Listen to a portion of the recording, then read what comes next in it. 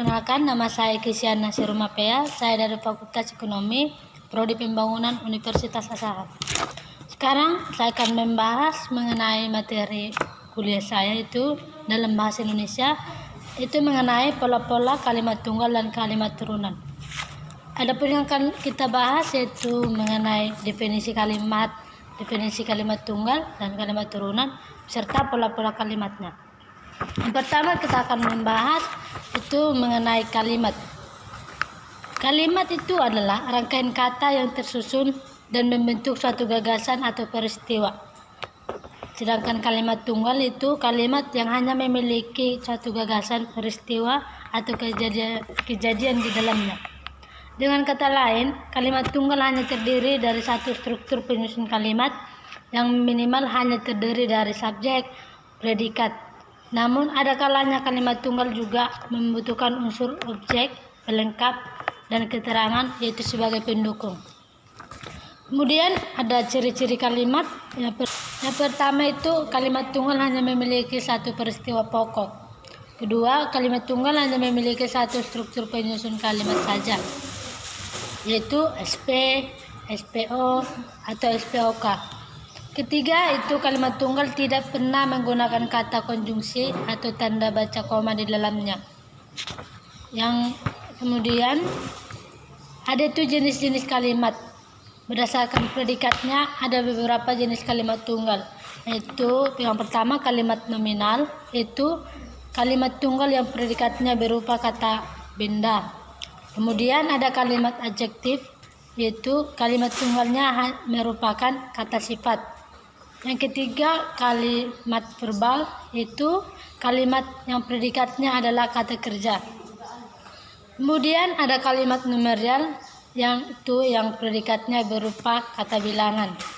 Selanjutnya ada kalimat preposisional, yaitu kata depan atau kata preposisi.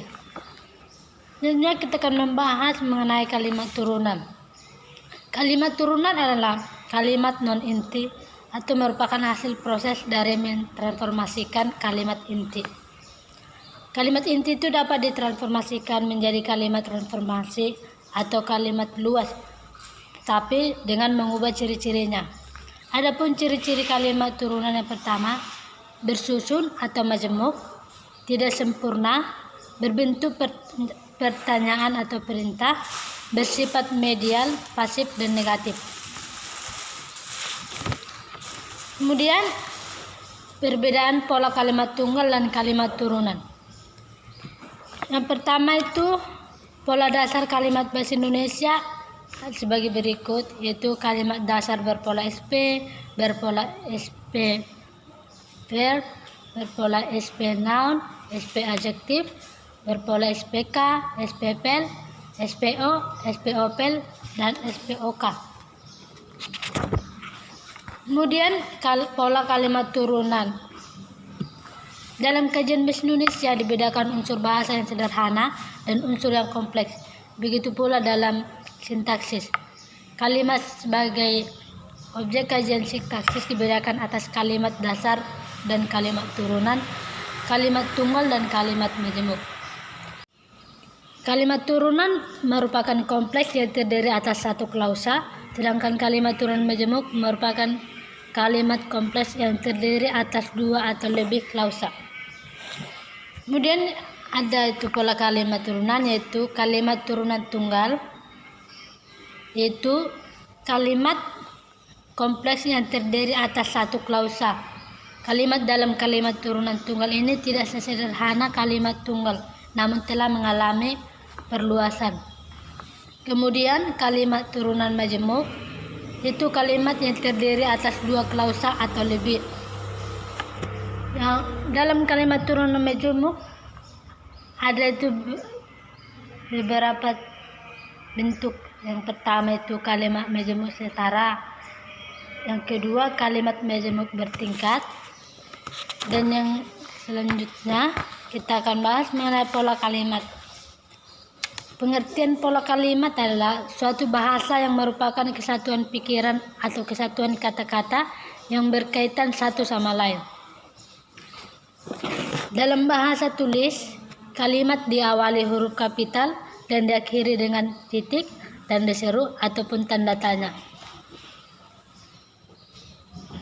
Kemudian pola kalimat yang digunakan dengan menggunakan kalimat dasar, kemudian ditambahkan unsur-unsur kalimat lainnya.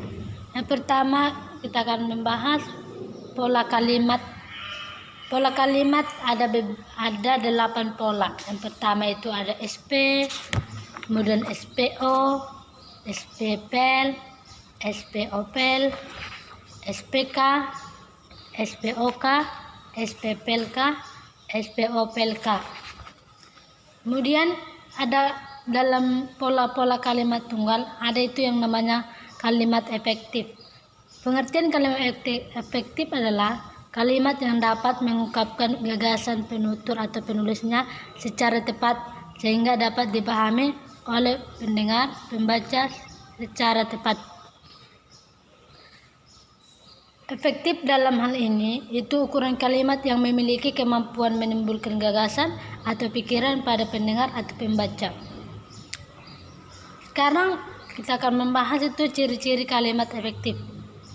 Dalam kalimat efektif terdapat beberapa ciri. Yang pertama, kesepadanan.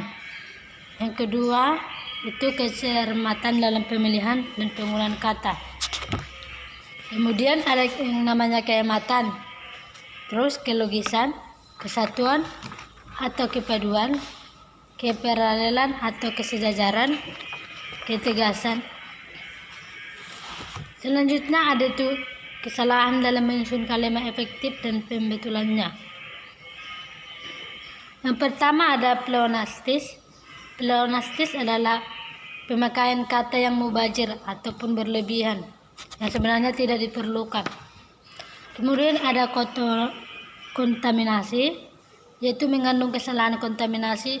Yang ketiga itu salah pemilihan kata. Selanjutnya ada salah nalar, kata depan yang tidak perlu. Kemudian ada itu fungsi kalimat efektif dalam karya ilmiah. Sekian presentasi saya mengucapkan terima kasih. Jika ada kesalahan kata ataupun kesalahan lainnya saya mohon maaf. Terima kasih.